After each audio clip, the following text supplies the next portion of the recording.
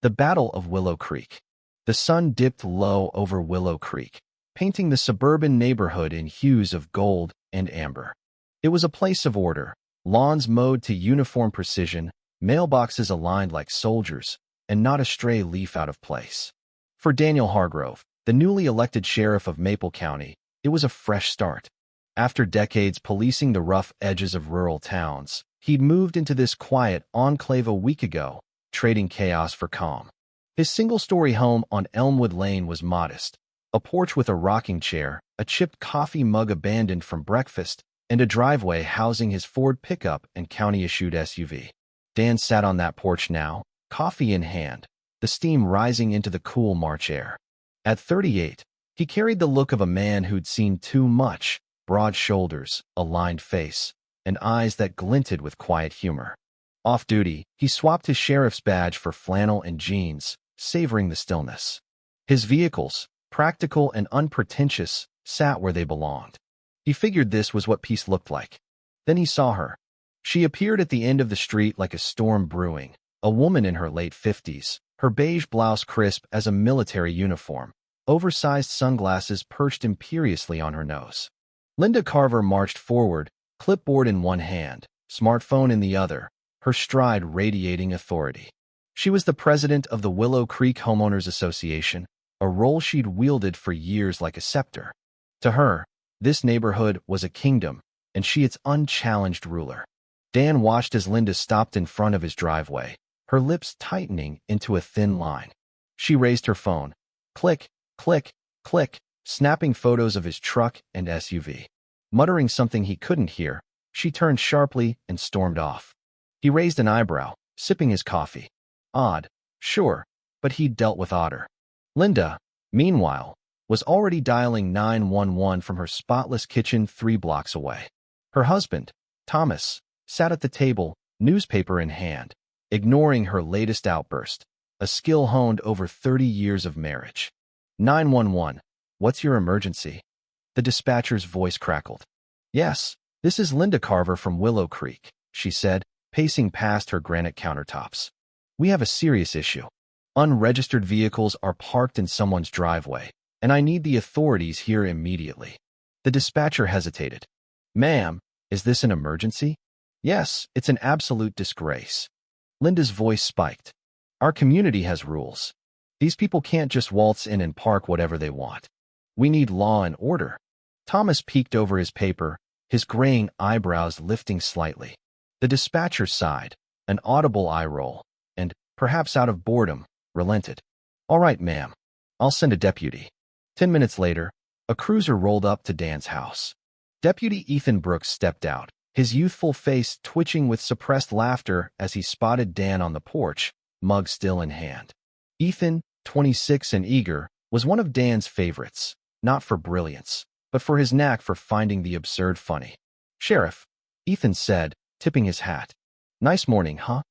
Dan stood, stretching. Ethan, what's this about? Don't tell me it's another cow on the loose. Ethan bit his lip. No, sir. Got a call about unregistered vehicles. Dan chuckled, low and slow. You're kidding. Before Ethan could reply, Linda stormed across the lawn, clipboard under her arm like a weapon. There you are, officer, she barked, jabbing a finger at Dan's driveway. I demand you do something about this violation. This man is breaking HOA regulations with these monstrosities. It's unsightly. Unacceptable. Ethan glanced at Dan, then Linda, then back. Ma'am, he said cautiously, are you aware this is Sheriff Daniel Hargrove? Our county sheriff. Linda blinked, a flicker of doubt crossing her face, but she straightened, sunglasses glinting. I don't care if he's the governor. He has to follow HOA rules. Dan rubbed his temple. Linda, right? Mrs. Carver. Mrs. Carver to you, she snapped. Right. Mrs. Carver. Do you know what you're talking about? Of course, she said, gripping her clipboard. The HOA handbook states unregistered vehicles can't be parked in driveways. Dan nodded at his vehicles. Both are registered. Want the paperwork? Linda faltered, then rallied. That doesn't matter. They must be HOA approved, and yours aren't. This is a private community with standards. I won't let it become a free-for-all parking lot. Dan smirked. Ethan, am I breaking any laws? Ethan, barely holding it together, shook his head. No, sir. No laws broken. There you go, Dan said, spreading his arms. Linda's face reddened.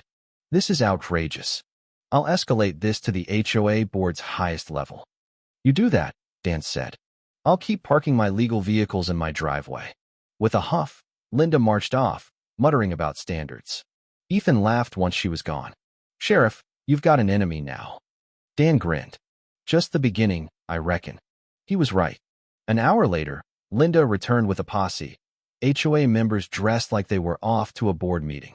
She led them, smug as ever. Sheriff or not, she declared, you're subject to HOA rules. We're here to discuss your violations. Dan sipped his coffee, leaning on the railing. All right, let's hear it. Back in her kitchen, Linda Carver was a whirlwind of indignation. The 911 call had been her opening salvo, and she wasn't about to let it fizzle. She paced, her heels clicking on the hardwood, while Thomas flipped a page in his newspaper, unfazed. Unregistered vehicles, she ranted, waving her phone. It's a slap in the face to everything we've built here. Standards, Thomas. Standards. He lowered the paper an inch. Sounds like you've got it handled. Of course I do, she snapped, dialing the HOA emergency line next. But this isn't just about me. It's about Willow Creek. Thomas sighed, returning to his headlines. He'd heard this speech before, every time a bird feeder was too colorful or a mailbox leaned a degree off-center. Linda's obsession with control was as old as their marriage, and he'd learned to nod and wait it out. Meanwhile, at Dan's house, the cruiser's arrival had turned his quiet morning into a spectacle. Ethan stood in the driveway, hands on his hips, as Linda laid into her accusations. Dan watched from the porch, half amused, half baffled. Monstrosities? He echoed when she paused for breath. They're a truck and an SUV, Mrs. Carver. Not tanks. They're not HOA approved, she shot back. That's the point. Ethan coughed, hiding a grin. Sheriff, should I, run the plates? Just to humor her. Dan waved him off. No need. She's welcome to check the county records herself. Linda's eyes narrowed. This isn't a game, Sheriff. Our rules exist for a reason. And what reason's that? Dan asked, stepping down from the porch. Keeping the neighborhood pretty? Maintaining order, she corrected. If we let you slide, what's next? Boats and yards? Neon paint. Chaos. Dan chuckled. Chaos, huh? You've got a flair for drama. Ethan stepped in before Linda could retort. Ma'am, I've got no legal ground to cite him. Maybe take it up with your board. Oh, I will, she said, turning on her heel. This isn't over. As she stormed off, Ethan shook his head. She's a piece of work, Sheriff. Yep, Dan said, watching her go. Bet she's back before lunch. He wasn't wrong.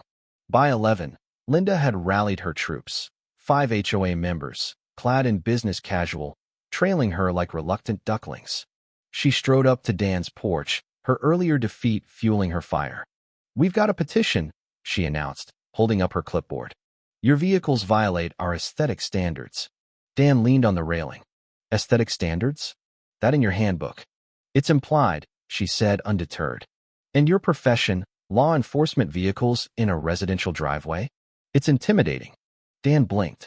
You called the cops on me because you don't want cops living here? It's about the vibe, she said, chin high. We're a peaceful community. Peaceful, Dan repeated, glancing at Ethan, who'd stuck around for the show. You hear that, deputy? We're disturbing the vibe. Ethan smirked. Guess I should have brought donuts instead of a badge. Linda ignored him. We have guidelines, Sheriff. Follow them. Show me where it says my registered vehicles can't park here, Dan challenged. Linda hesitated, and an older man, Roger Tate, stepped forward. Per Mrs. Carver's complaint, your vehicles aren't HOA approved. And your job, some folks find it unsettling. My job, Dan said. You mean keeping the county safe? Linda cut in. It's about perception. We don't need attention drawn here. Dan surveyed the group. Some looked unsure, avoiding his gaze. So, my legal vehicles and my job are the problem because they don't fit your vibe. That it. It's about order, Linda said. If you break the rules, everyone will. Dan whistled. Wow. Thought enforcing rules was my gig. This isn't funny, Linda snapped. Oh, it's hilarious, Dan said, stepping closer. Show me the rule I'm breaking. Linda faltered again. Marjorie Ellis, a silver-haired woman, cleared her throat. I checked the handbook. There's no rule against this. Linda's head snapped toward her. Marjorie. Marjorie shrugged. There isn't. He's done nothing wrong. Dan clapped. Looks like a verdict. Linda's face twisted. This isn't over. She stormed off, her posse dispersing awkwardly behind her. Ethan laughed. She's not going to quit, is she? Nope, Dan said, grinning. And I'm just getting started. The HOA posse's retreat didn't deter Linda. If anything, Marjorie's betrayal stoked her resolve. By noon, she was back home, plotting her next move over a cup of tea she didn't drink. Thomas, still at the table, finally spoke. She's right, you know, he said, folding his paper. No rule against his trucks. Linda glared. It's not about the rules, Thomas. It's the principle. Principle's a funny word for a grudge, he muttered. She ignored him, flipping through the HOA handbook. There had to be something, some loophole to wield against this smug sheriff. Dan Hargrove wasn't just a nuisance. He was a threat to her authority. And Linda Carver didn't lose. Back at Elmwood Lane, Dan was recounting the morning to Ethan over a fresh pot of coffee. The deputy lounged on the porch steps, grinning. She really said vibe? Ethan asked. Yep, Dan said. Like I'm ruining her feng shui with my badge. Bet she's rallying the troops again, Ethan said. Let her, Dan replied. I've dealt with worse than clipboard queens. He wasn't wrong about Linda's tenacity. By mid-afternoon, she'd rounded up her loyalists again. This time with a typed violation notice she'd drafted herself. She led the charge back to Dan's house, Roger and Marjorie trailing reluctantly. Dan saw them coming from the window and stepped outside, arms crossed. Back so soon, Mrs. Carver. Linda thrust the notice at him. This is official. Your vehicles and profession violate our community standards. Dan skimmed it, chuckling. This ain't official anything. It's a tantrum on paper. Roger cleared his throat. Linda says it's about aesthetics and safety. Safety, Dan said. My job's keeping you safe. It's the perception, Linda insisted. Police presence intimidates. You called the police, Dan pointed out. Twice now, counting Ethan. Marjorie sighed. Linda, this is getting silly. He's not breaking rules. Linda whirled on her. Stay out of this, Marjorie. No, Marjorie said. You're dragging us into a vendetta. Roger nodded. I'm with her. This is overkill. Linda's eyes blazed. Fine. I'll handle it myself. She stormed off, leaving the group splintered. Dan watched, amused. She's a one-woman army. Ethan, who joined him, laughed. Thinks she'll quit. Not a chance, Dan said. But she's digging her own grave. That night, Linda sat at her kitchen table, the HOA handbook splayed open. Thomas, sipping tea, finally broke the silence. This sheriff's really got you riled, he said. It's not about him, she snapped. It's the principle. If he ignores rules, what's next? Flamingos? Petting zoos? Thomas sighed. He's the law, Linda. You sure this is worth it? She didn't answer, her mind racing. Proving Dan wrong wasn't enough, she needed him gone. She scribbled notes, plotting an emergency HOA meeting. Thomas watched, resigned. You're gonna lose friends over this, he warned. Then they're not real friends, she said, dialing board members. By morning, she'd secured the meeting. At the clubhouse, a dozen residents gathered, annoyed but curious. Linda stood at the front, poised. We have a problem, she began. A resident threatens our order. Marjorie frowned. The sheriff again? Yes, Linda said. He thinks he's above us. Roger sighed. Linda, he's not breaking rules. It's perception, she countered. Police vehicles make us feel watched. You're the only one complaining, Marjorie said. I've spoken to residents, Linda lied. They agree. Who? Roger pressed. She hesitated. My book club. Marjorie rolled her eyes. I propose we vote. This is ridiculous. Linda smirked. Fine. All in favor of reviewing his situation. Hands went up, enough for a slim majority. Motion passed, she said. I'll handle it. That afternoon, she slipped a violation notice into Dan's mailbox, vague, menacing, and utterly unenforceable. She smiled, triumphant. Dan found the notice that evening, laughing as he read it on his porch. He called Ethan. Deputy, how much trouble if I park a SWAT truck here for fun? Ethan snorted. Sheriff, don't poke the bear. Too late, Dan said, grinning. The next morning, Linda was watering her lawn when she saw it. A sleek K9 unit cruiser in Dan's driveway. Her watering can hit the ground. She marched over, banging on his door. Dan answered, coffee in hand. Morning, Mrs. Carver. What is that? She demanded, pointing. A vehicle, he said. K9 unit. People love dogs. This is worse, she shrieked. You said police vehicles were bad, he replied. Never mentioned dogs. Her eye twitched. I'm taking this to the county HOA board. Go for it, he said, sipping his coffee. She stormed off, already dialing. Dan watched, then pulled out his laptop. Time to dig into Linda Carver. The morning sun glinted off the blacked-out K9 unit cruiser parked in Daniel Hargrove's driveway. Its bold white lettering, K9 unit, a silent taunt to anyone who dared question it. Dan had pulled the vehicle from the sheriff's department garage the night before, a grin tugging at his lips as he imagined Linda Carver's reaction. It wasn't just a petty jab, it was a calculated move. She'd pushed him, and now he'd push back, hard enough to make her think twice, but light enough to keep it legal. He stepped onto his porch, coffee mug in hand, and waited. Across Willow Creek, the neighborhood buzzed. Curtains twitched as residents peeked out, some chuckling at the sight, others whispering about the escalating feud. The K9 cruiser wasn't just a vehicle, it was a statement, and word spread fast. By 8 a.m., Linda was watering her lawn 3 blocks away, her routine as rigid as her rules, when she spotted it. The watering can slipped from her grip, clattering to the pavement, water pooling around her sensible loafers. What in the world? She muttered, squinting through her oversized sunglasses.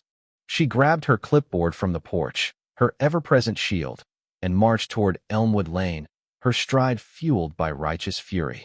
Dan saw her coming from a distance, her beige blouse a beacon of indignation. He leaned against the porch railing, sipping his coffee, the picture of calm. She reached his driveway, her breath sharp and quick, and jabbed a finger at the cruiser. What is that? She demanded, her voice trembling with outrage. Dan glanced at the vehicle, then back at her. Morning, Mrs. Carver. That. It's a vehicle. K9 unit, to be exact. You know what I mean, she snapped, her sunglasses sliding down her nose. I gave you a violation notice. And this is how you respond? By making it worse. Dan tilted his head, feigning confusion. Worse? You said police vehicles in the driveway make people feel unsafe. You never mentioned anything about a K9 unit. People love dogs, don't they? Linda's eye twitched, a tick she couldn't hide. This is not funny, Sheriff. This is a deliberate provocation. Oh, it's a little funny, he said, his grin widening. You've got to admit, it's creative. She took a deep breath, composing herself, her clipboard clutched like a lifeline. You leave me no choice. I'm escalating this to the county HOA review board. They'll see reason where you clearly don't. Dan nodded, unfazed. You do that, Mrs. Carver. Let me know how it goes. With a final huff, she spun on her heel and stormed off, pulling out her phone before she'd even crossed the street. Dan watched her go, then set his mug down and stretched. He'd rattled her, and that was the point. But he wasn't done, not by a long shot. Linda's obsession with control wasn't just annoying, it was suspicious. People who clung to power that hard usually had something to hide. He headed inside, grabbed his laptop, and settled at the kitchen table. Time to dig. Linda, meanwhile, was already drafting her complaint to the county HOA board, her fingers flying across her phone screen. She sat in her pristine living room, the handbook open beside her, searching for any clause to bolster her case. Thomas wandered in, tea in hand, and glanced at her. Still at it, he asked, his tone weary. This sheriff thinks he can mock me, she said, not looking up. He's about to learn who really runs this neighborhood. Thomas sighed, settling into his armchair. He's got a dog truck now? A K9 unit, she corrected, her voice sharp. It's outrageous. Intimidating. I won't stand for it. Seems like he's having fun, Thomas said, sipping his tea. Linda's head snapped up. Fun? This is about order, Thomas. If he gets away with this, what's next? Sirens in the night? Police raids? We'll be a laughingstock. Thomas shrugged. Or maybe folks like the dog. She ignored him, finishing her email and hitting send. The county board would back her. She was sure of it. They had to. She'd spent years building her reputation, enforcing rules, keeping Willow Creek pristine. One smug sheriff wouldn't undo that. Back at Dan's house, the laptop hummed as he pulled up public records. He started with the HOA's filings. Nothing too deep, just what any citizen could access. Fines, budgets, meeting minutes. At first, it was mundane. $50 for an untrimmed hedge, $75 for a late trash can. But then he noticed a pattern. Fines spiked over the years, many for vague reasons, visual disharmony, unauthorized decor. And the amounts didn't always match the HOA's official budget reports. He leaned back, frowning. Where's the money going? He cross-referenced dates. 3 years ago, a surge in fines coincided with Linda's backyard remodel. New pool, outdoor kitchen, the works. He'd seen it once at a neighborhood cookout she'd hosted to flaunt her authority. The math didn't add up. He pulled up property records, HOA tax filings, anything he could find. Hours passed, coffee cups piled up, and a slow grin spread across his face. Well, Mrs. Carver, he murmured. You've been naughty. He wasn't ready to act, not yet. He needed more than a hunch. But the seed was planted, and Dan Hargrove was nothing if not thorough. Linda wanted a war? She'd get one, just not the kind she expected. Dan spent the next evening in his study, the glow of his laptop casting shadows across the room. The K9 Cruiser sat outside, a quiet reminder of his gambit, but his focus had shifted. Linda Carver wasn't just a control freak. She might be a crook. He'd seen her type before, small-time power players who bent rules until they broke, thinking no one would notice. He pulled up more HOA records, digging deeper into the financials. The fines were the key, hundreds over the years, some legit, others absurd. A $200 penalty for excessive bird feeders. A $300 hit for a non-conforming garage door color. He snorted. She'd turned Willow Creek into her personal ATM. He grabbed his phone and dialed an old friend, Mike Delaney, a forensic accountant who owed him a favor from a fraud case years back. Dan, Mike's voice crackled through. What's up? You busting drug lords or something? Nah, Dan said, leaning back. Got a suburban dictator skimming HOA funds. Need your eyes. Mike laughed. HOA? That's a new one. Send me what you've got. Dan emailed the files, budgets, fine logs, Linda's remodel timeline. Look for holes. Money's disappearing somewhere. Give me a day, Mike said. You owe me a beer. 2. Dan promised, hanging up. He kept digging, pulling emails from a public records request he'd filed earlier that week. Linda's name was everywhere, approving fines, rejecting appeals, even adjusting penalties for her cronies. One resident, a single mom, had been slapped with a $500 fine for Christmas lights Linda deemed too festive, while a friend of hers got off with a warning for a similar violation. It wasn't just petty, it was systematic. By midnight, he had a stack of notes and a hunch turning into certainty. The fines, thousands over 5 years, didn't match the HOA's reported income. And that backyard? Permits showed it cost $40,000, far more than Linda's husband, a retired accountant, could have bankrolled on their savings. Dan leaned back, rubbing his eyes. Fraud. Embezzlement. Maybe worse. He'd handled bigger fish, but there was something satisfying about nailing a bully like her. Meanwhile, Linda was oblivious, holed up in her office drafting her county complaint. She'd spent the day rallying her book club, her unofficial counsel, over tea and scones, spinning tales of Dan's threat to Willow Creek. They'd nodded politely, less out of agreement than exhaustion, but it was enough for her. She typed furiously, citing neighborhood integrity and safety concerns, her words dripping with self-righteous venom. Thomas wandered in, peering over her shoulder. Still at war. He parked a dog truck. Thomas, she said, not looking up. It's a mockery. Seems like he's winning, he said, half teasing. Her fingers froze. He's not winning. The county will back me. They'll see he's a menace. Thomas shrugged, retreating to his paper. Hope you're right. She hit send, a smug smile tugging at her lips. She'd win this, by the book, by the rules, her way. Dan's phone buzzed the next morning. Mike. Jackpot, Mike said. Your HOA lady's dirty. Fines total $62,000 over 5 years. Budget shows $38,000. Rest? Poof. Her remodel lines up perfectly. $40K, give or take. Dan grinned. You're sure? Numbers don't lie, Mike said. She's either sloppy or arrogant. Probably both. Thanks, Mike. Beer's on me. Dan hung up, adrenaline kicking in. He had her, but he needed it airtight. Bank records, witnesses, something to seal it. He called Ethan. Deputy, got a job, he said. Pull HOA complaints from residents. Quietly, Ethan whistled. You're taking her down? Step by step, Dan said. She's not just a pain, she's a thief. The next HOA meeting was a powder keg.